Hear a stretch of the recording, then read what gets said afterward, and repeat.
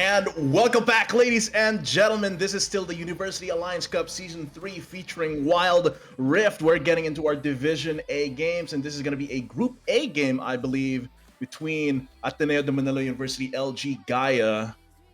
Wait, wrong side. Versus Pamantasan ng Lungsod ng Maynila Haribons. Yeah, so of course, this is going to be a very, very nice battle between the two of you. I'm Hiron. With me, of course, is KBD, Kobe, Dayao here, coming for our next hot game coming at you. Right, Hiron, this is going to be exciting. ADMU versus PLM. Two teams who obviously want to prove their worth in this matchup. And we have here now Ateneo on, ironically enough, on the blue side, and PLM on the red side. Let's see here who they pick first with their bans. And we see Riven getting a very, very early ban right there. Yeah, and looking at it right now, this Riven ban immediately just goes to show that, okay, they're really focusing on the Baron lane here. Very strong, because there's this like pool of Baron laners where you're like, okay, we gotta take out at least some of these, right? So our draft isn't like all over the place. So there's a Riven, there's a Fiora, there's Irelia as well. Yeah, so looking at it, and the Camille also, yeah, there we go. Reminded by the ban. So these are all very solid bans. We might be seeing an Irelia, might be seeing a Fiora, depending on what gets banned here, because you can't just all ban the Baron laners, right? Right, and Camille obviously is a flex pick. You want to make sure that she has no part in the Baron lane, because she's obviously a very strong pick there. Probably not as strong as in the jungle, just because of the current matchups and everything. Ziggs getting banned. I don't think we're gonna be seeing Ziggs anymore. We saw Ziggs a couple of times, but I think everyone has seen the games, and they don't want to risk getting that insane poke damage. Indeed. I mean, despite the nerfs to the turret execute, it's still strong, right? Like, excuse me, like what's 5% less, 5% more or less that you need, or more than you need rather, to execute a turret? That's like one auto attack from anyone, right? So yeah, Zig still brings out so much combo potential. He has the map presence with the Mega Inferno Bomb, has the siege presence as well, has the poke to back it up. Renekton being banned, which does tell me that Aldershot might pick up a carry top laner that does not want to get bullied early game.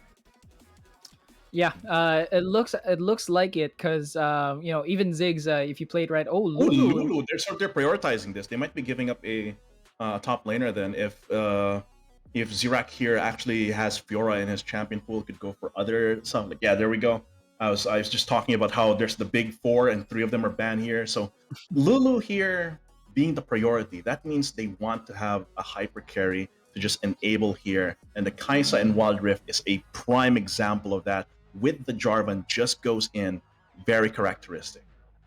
Yeah, I thought they were gonna go for a Jinx, but yeah, Kaisa extremely powerful, especially when you pair that up with Lulu. So that's gonna be a bit of a headache in the late game for PLM.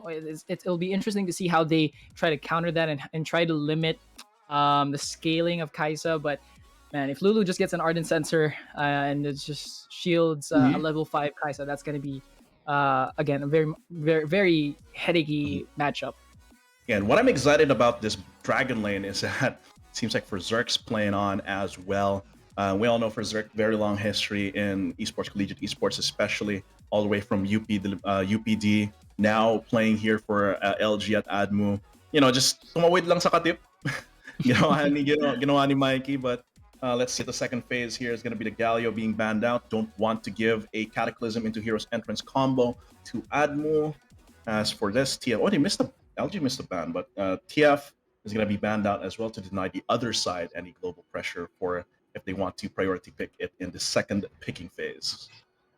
Yeah, any champion who has like global presence is pretty much an auto ban for that we've seen these past few games. One person who did not get banned, or one champion who did not get banned though, is Lee Sin. Now I don't know if we're going to be able to see him still here. It's Olaf and Jarvan so far, but Olaf could potentially be used solely. I don't know if I'd recommend it, since well there's Fiora already in anyway. So yeah, probably not be seeing Lee Sin right here. Maybe in our next games. Blitzcrank is very surprising to me, because Blitzcrank has consistently been the target of like buffs because he's so weak so far. But okay, Ari's a little better. Ari's a little better. Yeah, I was gonna ask you how do you feel about the Blitzcrank one because I thought they were gonna go for the Blitzcrank as well. But yeah, Ari has been very strong. Landing those charms is Ooh, obviously a hit or bomb. miss, obviously, but when you do land them, it's just a very pesky ability of hers, and when you get it at the right time and the right person on the right champion, excuse me, it's just gonna open up Ooh. opportunities for your team. Okay. Liking the Garen pickup here against the Fiora. Since Garen's damage, aside from the ulti and the first skill, is kind of spread out across its the Damascene Judgment, right? So the parry, the riposte rather, isn't as effective, and of course the silence will keep the Fiora from dancing around and riposting. Right. So that'll be a matchup that we'll be keeping close tabs on. Nami looks like she's gonna make her appearance here again, pairing up with that Ezreal. I think that's gonna be an extremely safe matchup duo lane for PLM. If Ezreal gets it in the right positions, I don't think he's gonna die much, especially with that Nami pick.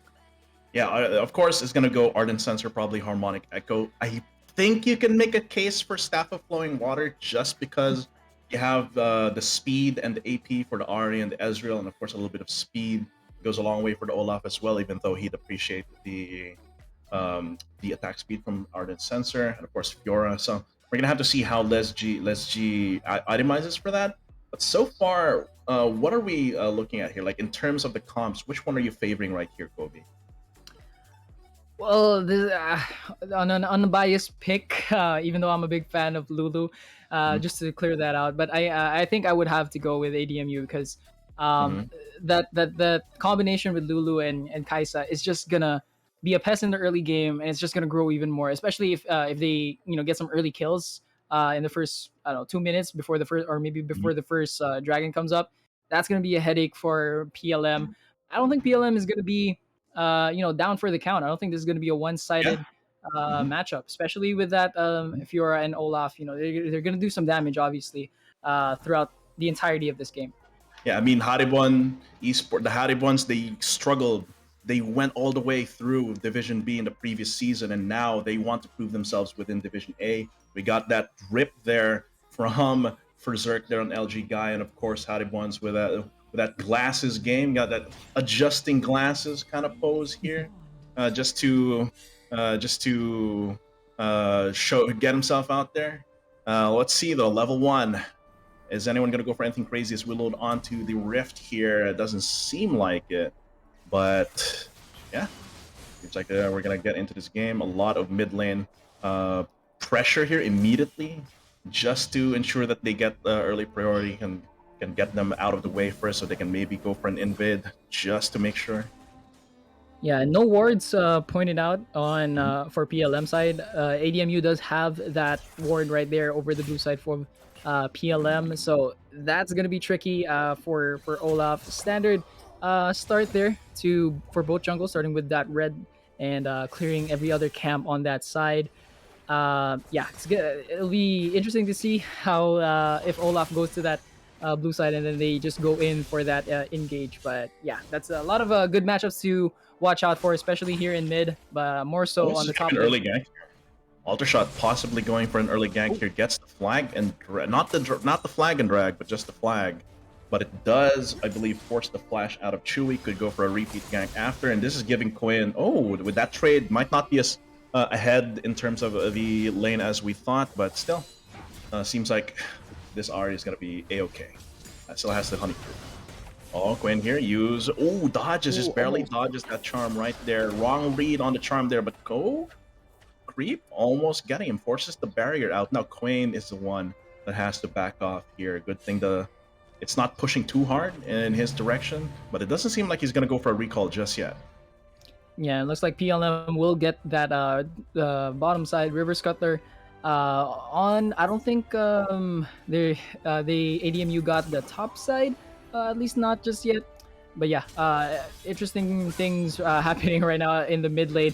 Could have potentially seen first blood there. Gonna be a gank though. Probably Alter too soon shot. here. Ooh, saving the drag there. Does not force any summoner spells. Actually gonna get poked a little bit here. As for mid lane, yeah, that's a very delayed... Oh, Coin died. I didn't even see. Oops. Yeah. I wonder why. I wonder why he stuck around. I think he was banking on Chewie recalling. And if Chewie recalled, I think what Coin would have done was pushed into tower and then recalled himself. But I think Chewie realized that Coin was doing that, so he's like, okay, I'm not gonna recall. You're gonna die if you stay here. Yeah.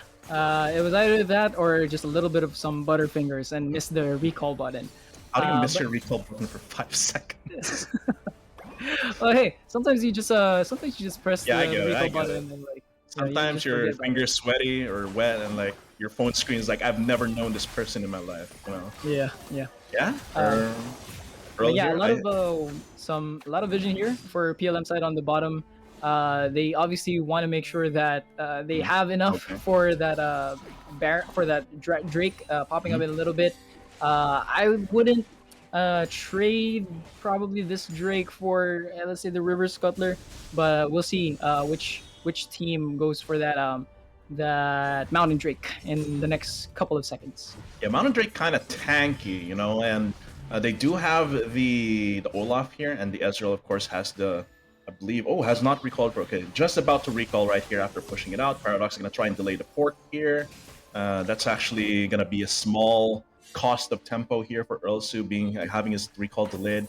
I think Berserk should have saved the Void Seeker there to delay his back again and then gain the absolute tempo advantage on the Dragon Lane side, but you know, that's just a small nitpicky detail right there. Skull Crab is going to get contested, going to get pushed back into PLM territory, but actually going to go for the charm and the bubble coming up there immediately. Chewie going to come in, pick up the kill. Archer Shot going to get taken out as well. Berserk now on the run, having to use the Blast Cone here. Chewie and Leslie securing the Mountain Drake and 2 kills for his team. Can't even trade back the Herald for that. Yeah, early engage from PLMs. Like you mentioned off air, you know, just seeing one champion there, just going in all in for that engage. Ultimately giving them the Mountain Drake now. So they're going to try to go for this Rift Herald, and if ADMU loses this, that's going to be 2 objectives now. I think they're giving it. It looks like they are going to be giving it. Yeah, because they kept Berserk farming bot side. They didn't really send any resources to go to the Rift Herald at that point. So they are going to lose 2 major objectives here. This is still recoverable, though, as long as they get their items. I think with Executioner's Calling plus Longsword and BF Sword, this should be an evolved Q for Berserk. So that means their skirmishes should be a little bit on the healthier side. Alter Shot is going for like a more tanky J4 though, compared to the J4 that we've seen that has more successful, which is going all in on the damage. But I guess I'd wager that ADMU just wants to keep Berserk safe scaling into the late game instead of having a full AD, a full damage J4 that we've seen before. Right, and you know, when you build that you know, build path for the J4, again, it opens up a lot of opportunities for the Kaisa as well, and keeps her safe. But also, you know, it gives a lot of resistance to, you know, the damage from the Ezreal in the late game, and the Fiora, who's obviously gonna go in and just feast on that backline if she gets in the right positions. Ari, I think, is also in a good spot right now. Yeah, 2-1-1. That's perfect. Yeah, she has been capitalizing on her charms. A lot of great execution on PLM side, but I think ADMU is still in a pretty good spot, just under 2K gold lead. You know, to just kind of like make a mini comeback. Yeah, they're not super behind right now. It is PLM Harry once they still have access to the Rift Herald. Could use that to take down some turrets, get some tempo in their side. Wow, okay, going in.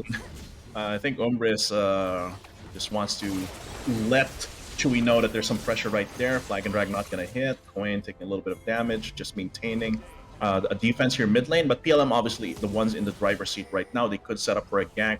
No pings coming through from LG here, so they're not communicating that this could be a dive onto the... Oh, that's going to be a dead Garen right there. And a first turret bot lane. Looks like LG is getting outpaced, and after this is going to be a 5K, 4K gold lead. And that's starting to be less insignificant, you know? Yeah, and PLM has been having some great objective control as well. Just very very textbook. Going to the Drake. After that, you head on to the Rift Herald, releasing it mid. I actually thought they were gonna release it a little bit earlier in that top lane, but they still get it. They also get the kill on the Garen. So really good spot right now for PLM. They're not in a big spot like you mentioned. So ADMU still has a lot of opportunities Getting here. A lot bigger of though. Yeah, they are getting bigger, but so ADMU needs to capitalize on what they have and need to move quickly. Maybe do some counter jungling, or get other objectives on the map that can help them Yeah. move up. They're giving up a lot of trades just to ensure that Berserk is farming quietly, right? Like they gave mid lane, now they essentially gave a lot of damage to their bot lane. That's gonna be one wave away if left unattended.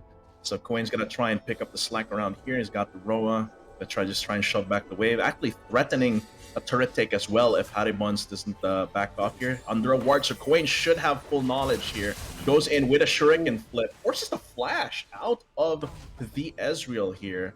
So a little good catch there by ADMU there to try and burn the flash. Gets a charm out, taking a lot of damage here. Flag and Drag does only connect on one. That's going to be the Wild Growth as well. But in comes the Ragnarok and Chewy coming in with the Spirit Rush. That is going to be a rampage for the Ahri.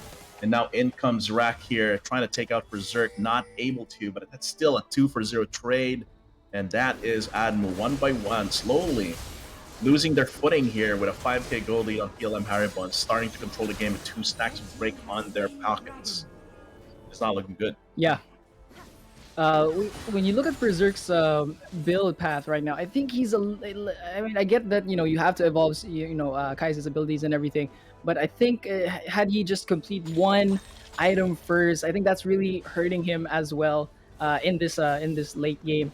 Sorry, in this game. So we'll keep an eye out on that and see which item he builds first, especially with the way the game is going right now. They're not going to have a lot of damage. Ultrashot's taking a lot going in. Quain, can he look for the assassination target? No, Ultrashot's going to go down before anything else. That's going to be the judgment right there, not being enough to execute. Quain going to try and go for Chewy, but that's a full health target, having to get out of there. Shuriken flip over the wall, having to escape. Once again, that's 3-for-0 here, extending the lead of PLM Haribons by 8k to 8k rather. So here, they don't really have enough damage here, especially since, they don't have enough damage, period. Yeah, no damage, and again, they were in a very awkward spot as well. And when you have that sustain from the Nami, you have Olaf who's just going berserk on everyone, cannot be stopped literally with that ultimate of his. It's just not gonna look well for you. So let's see how ADMU can get back to this. But now it's creeping towards a 10k gold lead here. I think the highest gold lead that we had for the tournaments today was about 14k. They're a little bit closer to that than they wanted to be. Yeah, but here 9k starting to get insurmountable here. Wild Rift, 9k gold lead in League PC with the Kai'Sa against Ezreal like this might not be too insurmountable, but in Wild Rift it might get outpaced. And like you said, the build path here for Berserk, of course he needs to go for the Q. Kai'Sa doesn't really have too much damage in the skirmishes without evolved Q, but here having to go for the Kirk's shard first, a little bit delay, but he will have a pretty good power spike once he finishes 2 items at the same time. Right, and I think that's what going in though. That's gonna be the tidal wave. A lot of charms, a lot of damage coming through. Aldershot once again dying without much ceremony. Kawain dives in, but once again he doesn't have the damage either to finish off his targets here.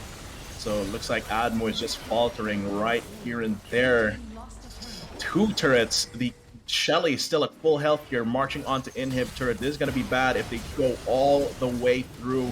The tankiness is just not there for Umbris because of the damage from Chewy. 5-0-6 versus Deadman's is just gonna eat through all of that HP. 13k gold lead. PLM Haribons looking to soar here. The Philippine Eagles versus the Blue Eagles, so to speak. It seems they're flying higher. Unfortunate. Right, and we were talking about how ADMU's, we guess primary objective here was to keep for Zerk safe and allow Wayne as him well. to go into that late game state. But he is safe. Hasn't had a death yet, but hasn't Mhm. had a kill either. First item, Static Shiv. I don't think that's the best choice with where they're at, but maybe they're looking for that crowd presence when Jarvan locks up maybe two or three from PLM side. But yeah, it's not the best state to be in right now for ADMU. Yeah, the Roa is not usually what I see on, but the Rabadon should be a big power spike here. But the question is that power spike enough to bridge the gap of 12k gold lead here? Because right now, Haribon's team comp is at a very comfortable spot. They don't need to do anything too crazy. All they need to be is stick to one spot, have their PR split push, and Umbris can't really match that. So they're just gonna get choked out by the split push here, but from PLM. And the thing is, I don't know if Berserk's gonna be able to scale up fast enough, and Queen too, scale up fast enough for that to really matter here. Berserk gonna get Triandon, the flag and drag is gonna come through. Tidal Wave is gonna make sure that Aldershot's gonna have to flash out of his own Cataclysm. Now unstoppable, having to use the ulti over the wall here. Once again, Kuwain trying to make something happen here. He does get the execution onto Earl Sue, and without Chewie there, the only damage here is gonna be creep. So if Srak as well, though. I was able to finish, and I think they're going for the home run here with a Nexus for Zerk with a Static Shiv and Quinn here to try and finish off Zerk, but he's very, very slippery, has to riposte as well. The rest of his team's just going to go for the Nexus, and the game finishes so fast here. And the Haribons from Division B last season, Division A now threatening hard against LG ADMU, and despite me wearing the jersey, I will have to say they got completely outpaced, outmaneuvered, and outgamed by the PLM squad. Well, yeah, Haribons again showing like the Division B teams that we covered a little bit earlier, that they belong in Division A. Great execution on their end, showing a lot of poise, showing a lot of control, and also a lot of great micro plays from Haribons throughout this entire matchup. And right now, I'm seeing on LG is the same kind of problems that the old LG rosters had in League PC, where they play a little bit too slow, give up too many things early for a long-term investment, and just get outpaced by the opposition. And I really thought, like, for Zerk would be like the factor, the game-changing factor. No, not the saving grace. Saving grace implies that they're already in a bad spot. I think it was like the factor there, the game-changing factor for that one. It seems like they were really playing around him and Cohen, but it just wasn't happening. The damage wasn't there. They got outpaced by PLM just by virtually every fight. It's not like ADMU was doing anything particularly wrong. I mean, I guess Quain went into the backline alone a couple times, but that's what Akali does, that's what Akali's supposed to do. But it's just that PLM, the comp that they've drafted, the way that ADMU's players itemized, couldn't really break through what they needed against PLM. Yeah, and I think you brought up a great point about ADMU not really doing a lot of mistakes, or if any, but they were just really outpaced by PLM and their control over the map and how quickly they got from one objective to the other, and one control from the other. So I think that's one thing that they can look back on in the tapes and bring on forward to the next game. Yeah, I mean, could be LG still getting used to this one. And of course, Wild Rift is a relatively new game as well. So I think after getting used to them, after LG gets that start, that slow start, build up for the rest of the group stage, they still have a lot of other games against other Group A teams. So we'll see. Maybe it was we haven't seen the top form for LG yet, but of course, I think the next game is still setting up, guys. So I think we're gonna get into a very short break. We have been your shoutcasters. I'm Hiron. With me was KBD, Kobe Diao, and we'll be back after a very short break. Don't go away.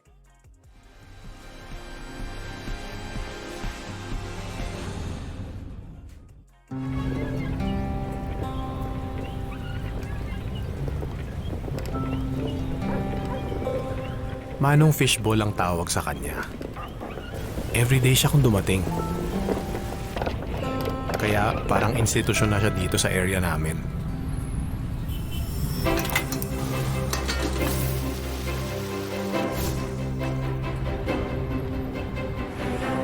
Minsan, sobrang late na. Andun pa rin si Manong Fishball. Ginagabi kayo, Manong! Enrollment eh. After some time, yung karito ni Manong Fishball nadagdagan ng may bike. Hanggang kabilang kalye, nagtitinda na rin kayo, Manong? Ang notebook. Sunod na taon, pati menu nadagdagan. Nax, may squid balls na! Mahal kasi ang lapis. May kikyaw pa dyan. Bilib na bilib ako kay Manong Fishball. Akalain mong yung maliit niyang kariton, napalaki niya ng ganun?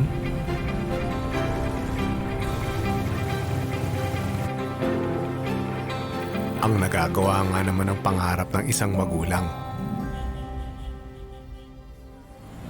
Manong, anong grade na ba yung anak nyo? Tagal nang tapos sa mga bata. Ako naman ngayon. Manong Fishball ang tawag sa kanya. Pero sa mga araw na yun, many years ago, higit pa sa fishballs ang binigay niya sa akin. He taught me na walang di natutupad na pangarap sa taong handang magsumikap. Dami niya na. Panghapunan. Pantoga.